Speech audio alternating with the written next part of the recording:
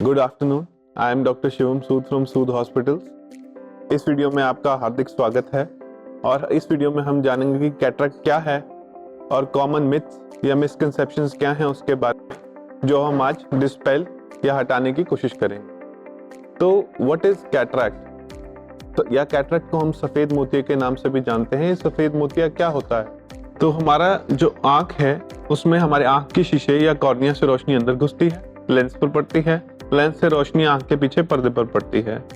तो होता क्या है, जैसे उम्र के साथ बाकी हमारे शरीर के अंग कमज़ोर होते हैं, वैसे वैसे लेंस के जो फाइबर्स हैं, जो क्रिस्टलाइन फाइबर्स हैं, जो लेंस पहले हमारा ट्रांसपेरेंट है, धीरे धीरे वो अपनी ट्रांसपेरेंसी लूज करना शुरू करते हैं।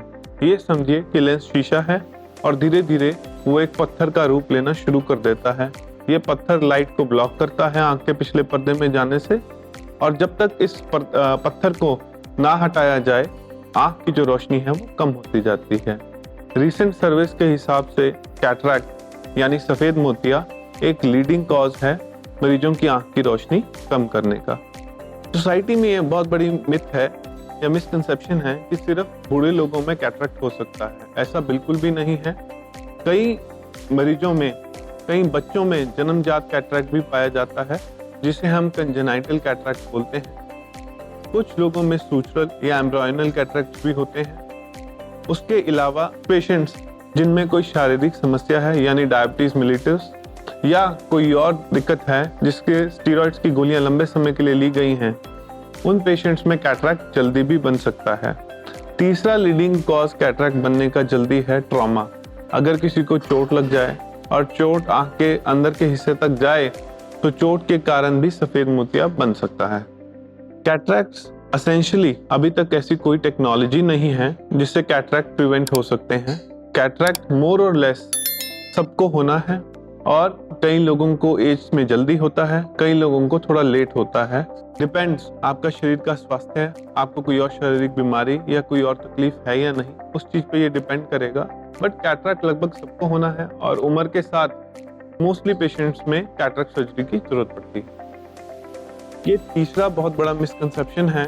मरीज आते हैं, जी दवाई लिख दो, दवाई से मोतिया ठीक हो जाएगा, और कई लोग मरीजों को बताते भी हैं मार्केट में कि दवाई से मोतिया ठीक हो जाता है।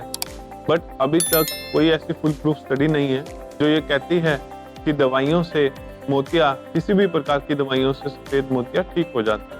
एक बार सफ़ेद मोतिया शुरू होने के बाद धीरे धीरे वो समय के साथ बढ़ता रहता है और इसका डेफिनेटिव ट्रीटमेंट अभी तक सर्जरी ही है। शरीर में हर ऑपरेशन रिस्की है कुछ हद तक, लेकिन अगर कैटरेक्ट सर्जरी को हम बाकी शरीर की सर्जरीज के साथ कंपेयर करें तो ना ही सर्जरी रिस्की है और 99.99% मरीज बहुत अच्छे रिजल्ट के साथ बाहर निकलते हैं। दूसरी चीज, मरीजों की कंप्लायंस इस सर्जरी के साथ बहुत अच्छी है, क्योंकि आजकल ड्रॉप्स में ही ये सर्जरी हो जाती है। सर्जिकल टाइम 15 से 30 मिनट है और मरीज अपने मोस्ट ऑफ द काम, चलने फिरना, सारे काम सर्जरी के बाद भी कर सकता है। एक बार सफ़ेद मोतिया सही से निकलने के बाद दोबारा नहीं आता है। एक बार लेंस डल गया तो सफ़ेद मोतिया जो निकल चुका है वो दोबारा नहीं आता है। हाँ, डेफिनेटली सफ़ेद मोतिया के ऑपरेशन के बाद 3-4 साल, कुछ मरीजों में जल्दी, कुछ मरीजों में लेट, लेंस के पीछे झिल्ली जरूर आ सकती है, जिसे हम पोस्टीरियर कैप्सुलर ओपेसिफिकेशन बोलते हैं।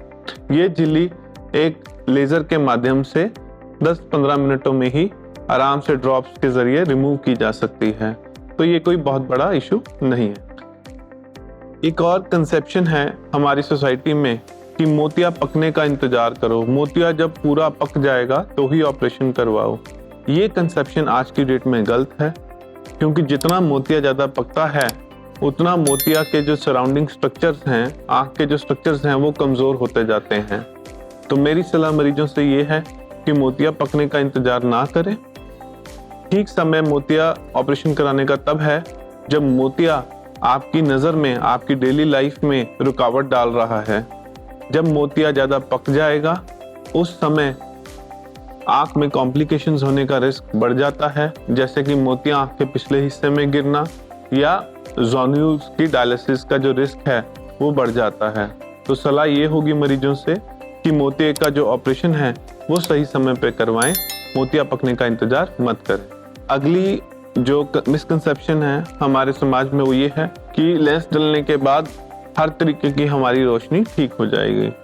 तो लेंस डलने के बाद हर तरीके की रोशनी ठीक नहीं होती है। ये डिपेंड करेगा कि आपने किस तरीके का लेंस अपनी आंख में डलवाया है।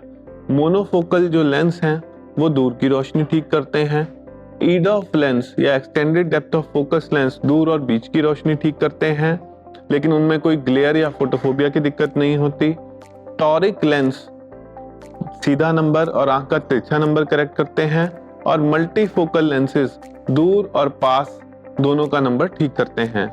तो किस तरीके का लेंस आपकी आंख में डला है वो डिसाइड करेगा कि रोशनी कैसी आपकी ठीक हुई है। और इसके साथ कुछ तरीके के मरीजों में कुछ तरीके के लेंस बेटर हैं। इस लेंस की मोर जानकारी के लिए अपने आंख के डॉक्टर से मिलें और उनसे प्रॉपर राय लें कि आपके लिए लेंस कौन सा सबसे बेहतर है। अगला हमारा मिसकंसेप्शन ये है कि लेंस के बाद चश्मे की जरूरत नहीं पड़ेगी। अभी जो टेक्नोलॉजीज हैं IOL मास्टर 700 और पेंटाकैम और जो भी टेक्नोलॉजीज हैं जो लेंस की पावर कैलकुलेट करती हैं वो बहुत ज़्यादा एडवांस्ड हो गई हैं, पेनलेस हैं, लेकिन उनकी जो एक्यूरेसी है वो अबव 95% है बट 100% नहीं है।